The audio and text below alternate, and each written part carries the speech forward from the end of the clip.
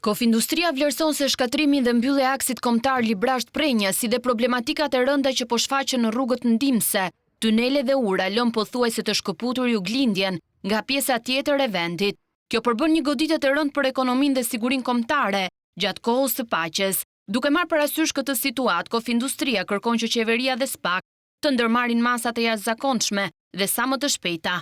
Kofindustria vlerëson se shkatërrimi dhe mbyllja e rrugës kombëtare me Korçën që përkon me gjurmën e korridorit 8, si dhe problematikat e rënda në akset ndimse rrugore, tunele dhe ura, duke lënë pothuaj të shkëputur juglindjen e vendit, është goditja më rënd në kohë paqe për ekonominë si dhe sigurinë kombëtare. Kofindustria kërkon që duke vlerësuar sa më sipër, qeveria dhe SPAK duhet të ndërmarrin masat e jashtëzakonshme dhe sa më të shpejta në kohë. Kofindustria paralajmëron se nëse gjendja nuk zgjidhet shpejt, ekonomia kombëtare, bizneset, industritë dhe prodhimi vendor rrezikojnë humbje të mëdha financiare, rritje kostosh dhe pasoja të rënda deri në falimentim. Qytetarët mund të drejtohen për furnizime me ushqime dhe karburant në shtetet fshinje, si Maqedonia e Veriut dhe Greqia.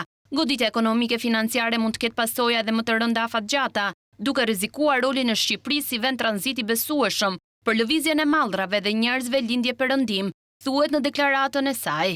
Ekonomia kombëtare, bizneset, industritë dhe prodhimi vendor në rast të mos zgjidhjes së shpejtë të gjendjes rrezikojnë humbje të mëdha financiare, rritje kostosh me pasoja të rënda deri në falimentim.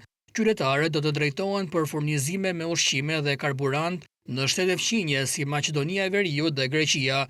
Goditja ekonomike financiare është me pasoja edhe më të rënda nëse vlerësohet se rrezikohet në afatgjat vetë pozicioni Shqipërisë si vend tranziti besueshëm për lëvizjen e mallrave dhe njerëzve lindje perëndim. Rrëshqitet e vazhdueshme të dheut kanë dëmtuar jo vetëm aksin Librasht-Prenjas, por edhe segmentin e ri të korridorit të 8 që po ndërtohet paralelisht.